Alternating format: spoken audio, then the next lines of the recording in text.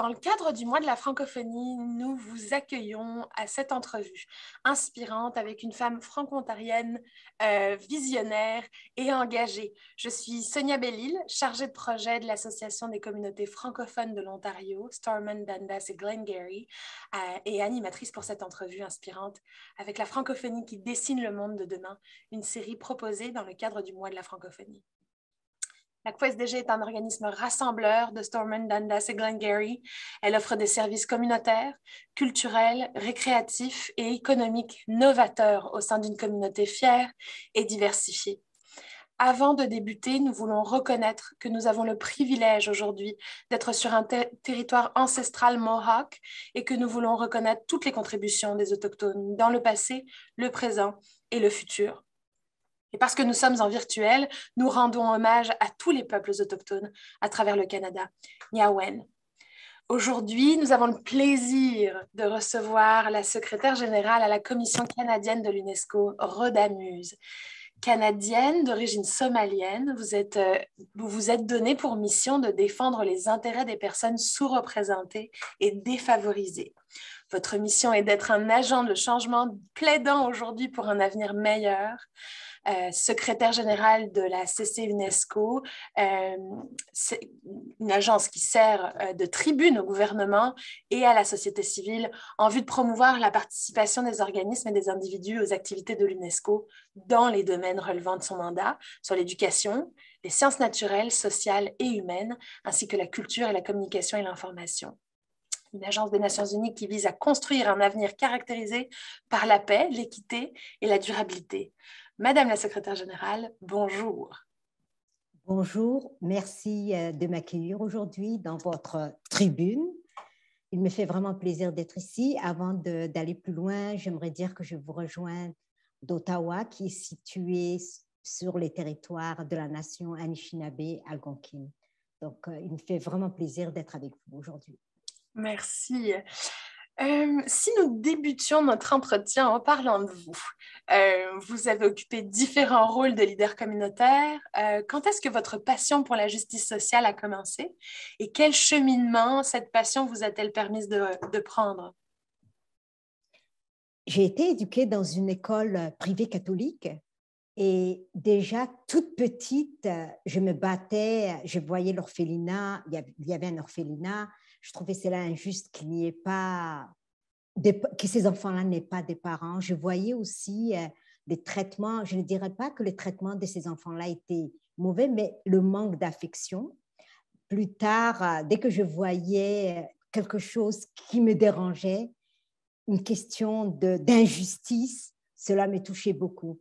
Par la suite, quand je suis devenue enseignante à Djibouti, dont je suis originaire, je suis d'ethnie somali, mais originaire de Djibouti.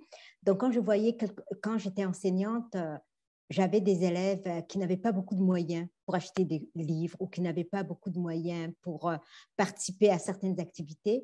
Et cela m'arrivait de défrayer de ma poche. Donc, cela m'habitait beaucoup parce que ça faisait partie de la culture familiale, aider les autres. En fait, nous n'avons jamais été dans notre région, nous n'avons pas de famille nucléaire, nous avons littéralement des villages, des personnes qui s'occupent les unes des autres. Donc, c'est cela qui m'a toujours motivée.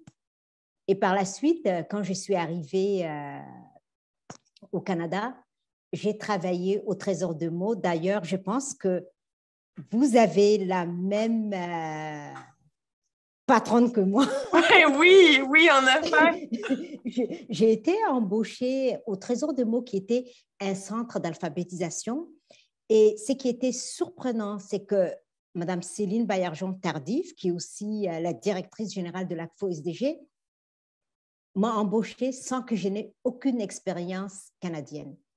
Alors que dans le passé, si tu n'en avais pas, tu ne pouvais pas obtenir un poste décent. Et c'est à travers son coaching, son leadership, et sous son leadership que j'ai appris, je peux vous dire, 90% des ficelles de toutes les professions que j'ai fait. Et les trésors de mots aussi travaillais avec des personnes qui étaient analphabètes fonctionnels. Donc, il y avait une question de justice sociale. Cela m'interpellait beaucoup. Et j'ai toujours aimé ces organisations qui travaillent à améliorer les conditions de vie des uns et des autres. Donc, en gros, c'est toujours continuer sur le même fil. Wow, mais je suis contente, mais effectivement, pour clarifier pour notre audience, Céline Bayard-Jean-Tardif était la directrice générale du Trésor des mots. Puis on a beaucoup de chance de l'avoir avec nous aujourd'hui et c'est moi qui ai le plaisir d'en apprendre beaucoup à ses côtés aujourd'hui. Ça, c'est un honneur. Donc, si vous deviez choisir un élément, un moment saillant qui a été vraiment un élément déclencheur dans votre engagement, lequel serait-il? Un moment saillant, il y a tellement de moments saillants. Je pense que pour moi, le moment saillant, ça a été quand je suis venue au Canada.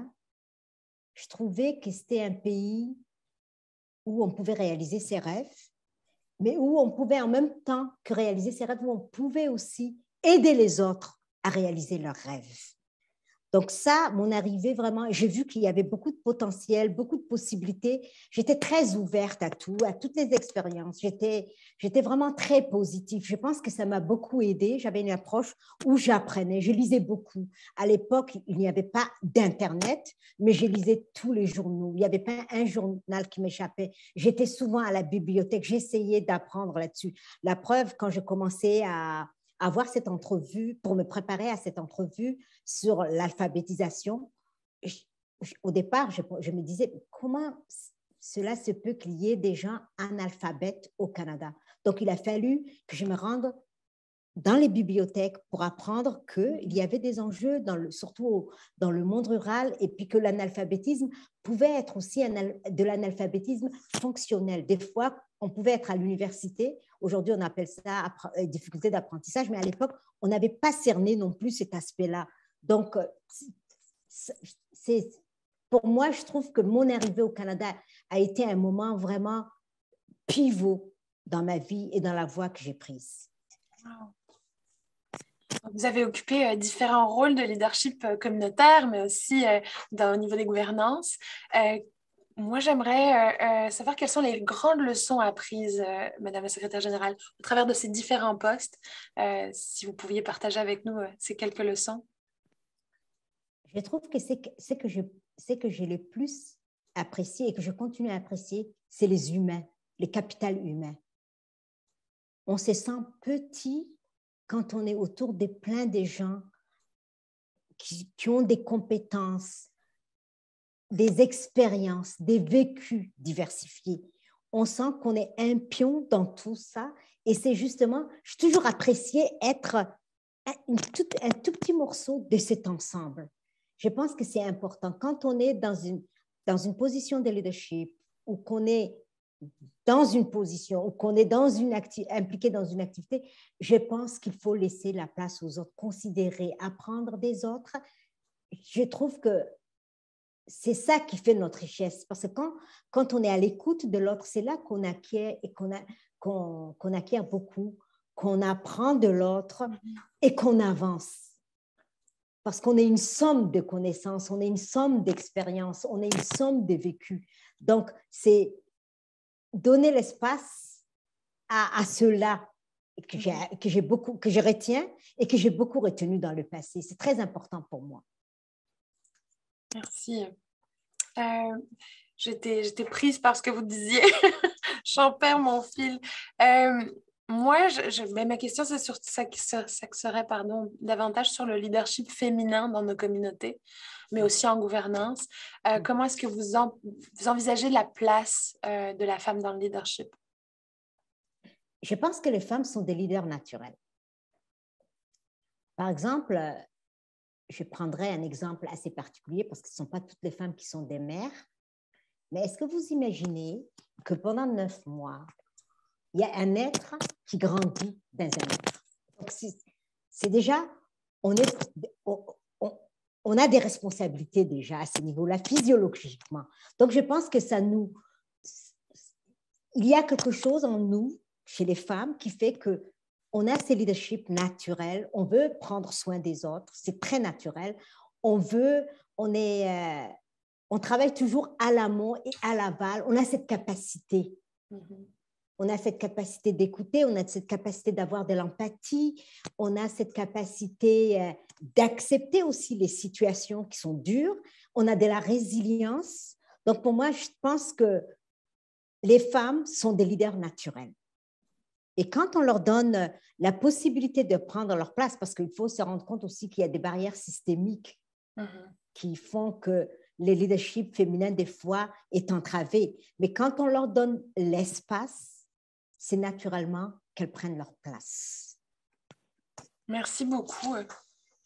Moi, j'aimerais qu'on parle davantage aussi de votre poste actuel de secrétaire général de la Commission canadienne de l'UNESCO. Quelles sont les principales fonctions?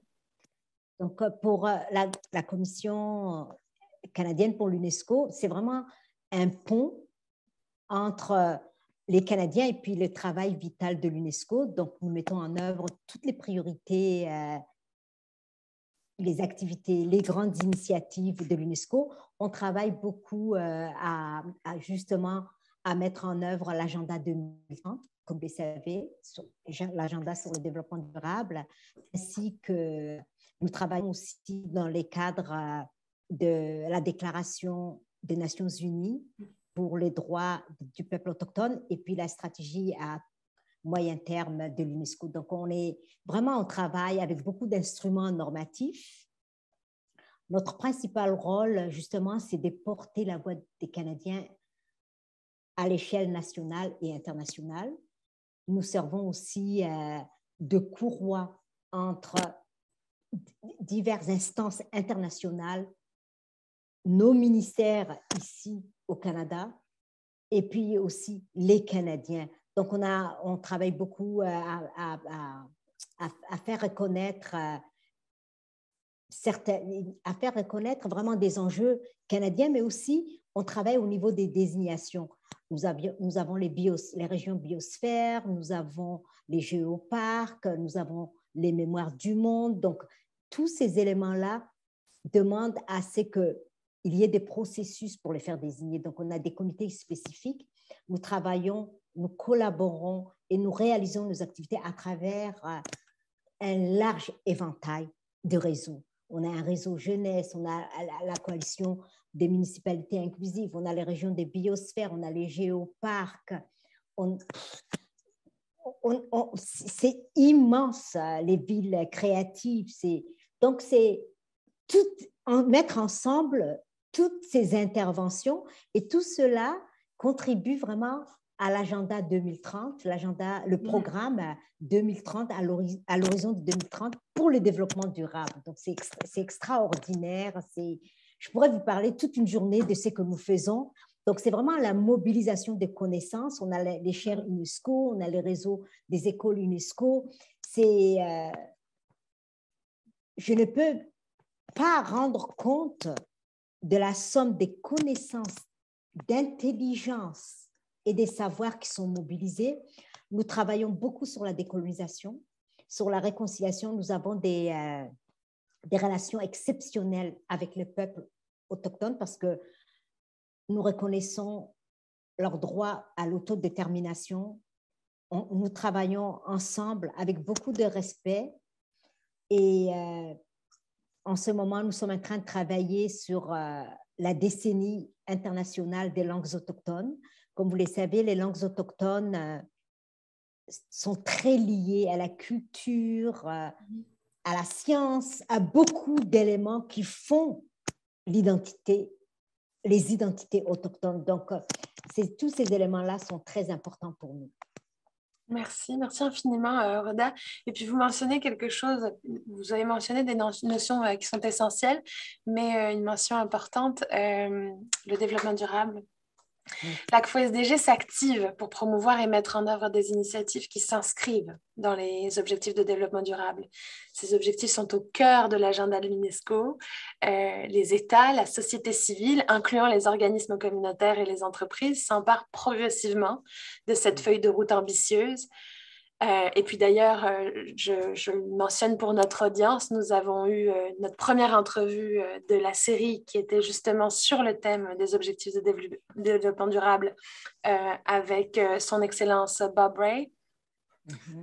À votre avis, Madame la Secrétaire générale, quelle est l'importance des organismes dans l'atteinte de ces objectifs? Comment pouvons-nous concrètement les rendre accessibles?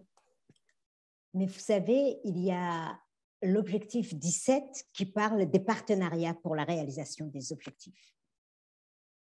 Il n'y a pas un seul objectif qui peut se faire sans les organismes communautaires. Ça, vous pouvez en être sûr. Que ça soit au niveau de l'éducation de qualité et puis l'apprentissage tout le long de la vie, que ça soit pour s'assurer que les changements climatiques se font dans les normes, que ça soit pour travailler au niveau de l'emploi, que ça soit pour éliminer la pauvreté. Je pense que les organismes sont au centre, au cœur des interventions de développement durable. À l'époque, on pensait, quand on regardait les prédécesseurs de ce programme-là, on pensait souvent que c'était d'abord pour les pays en voie de développement. On pensait que c'était un terme galvaudé des Nations Unies. On pensait que c'était quelque chose qui était loin de nous. Non, cela fait partie intégrante de notre vie et surtout des activités et des mandats des organismes communautaires. Donc, ce n'est pas distinct. Chaque chose qu'un organisme communautaire fait partie justement de ces objectifs-là. Et c'est que je trouve formidable à l'ACFO SDG, c'est que vous rendez ça visible. Vous faites de la sensibilisation.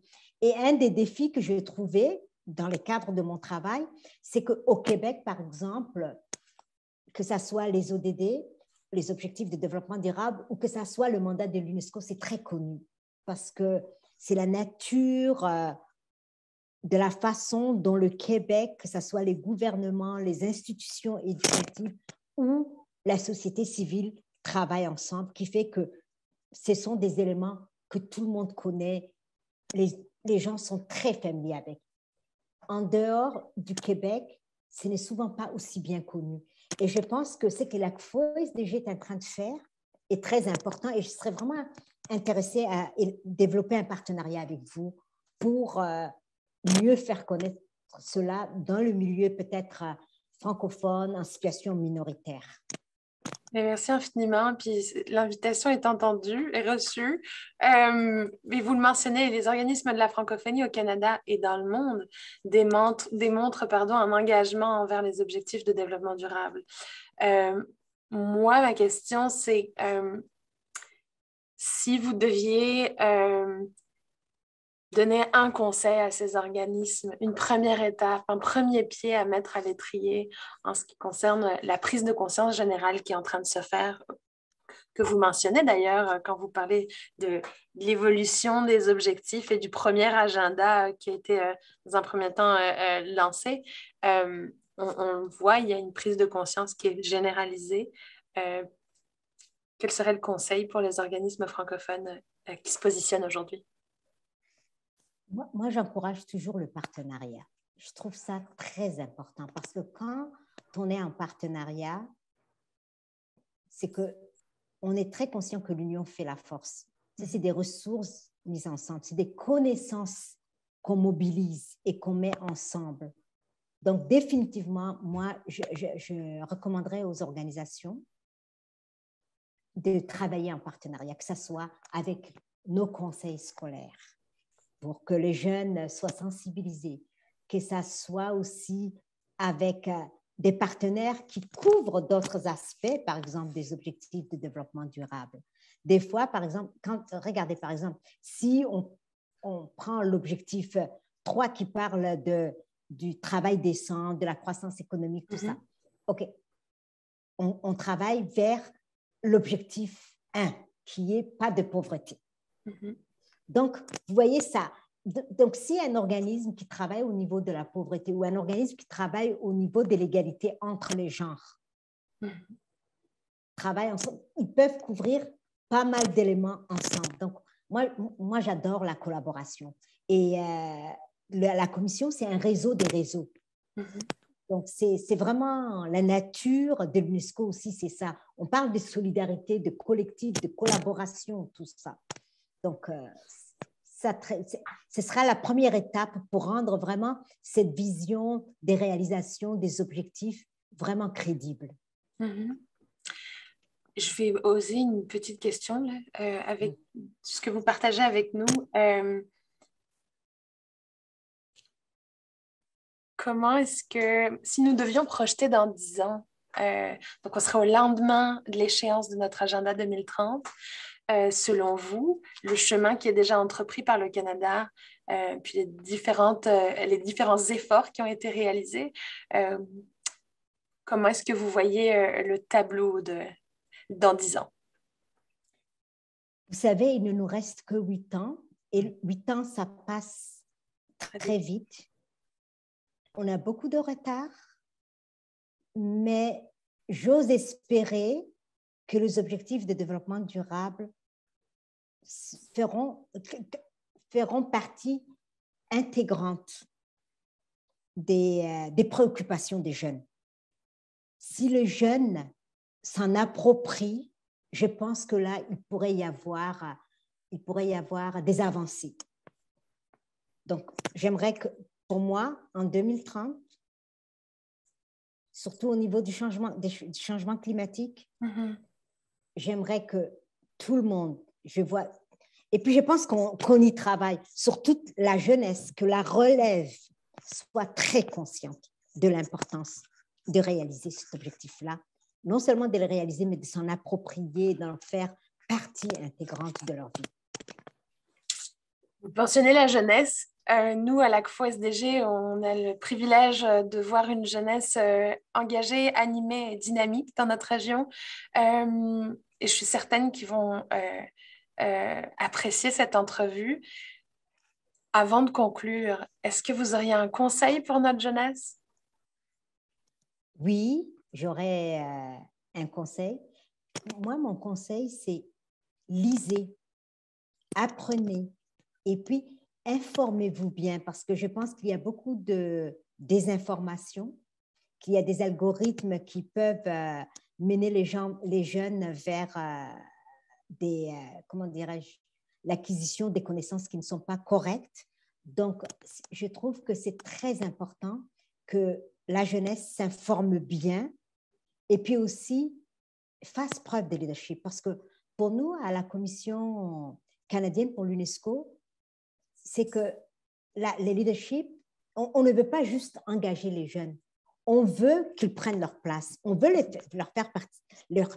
pas les faire participer seulement, mais on veut bénéficier de leur leadership. Ils ont un leadership incroyable. Ils ont cette capacité d'anticiper des choses que nous, adultes, nous ne voyons pas. Donc, il faut qu'ils exploitent leur plein potentiel. Il ne faut pas qu'ils aient peur. Merci infiniment, Madame la Secrétaire générale. Vous avez pris le temps de répondre à nos questions, de partager avec nous des éléments et des notions qui sont essentielles. Donc, au nom de l'ACFO SDG, de la communauté de Stormont, Dallas et Glengarry, je tiens à vous remercier. Et puis à nos auditeurs, on vous invite à continuer de regarder notre série. C'est moi qui vous remercie. Bonne fin de journée. Merci beaucoup.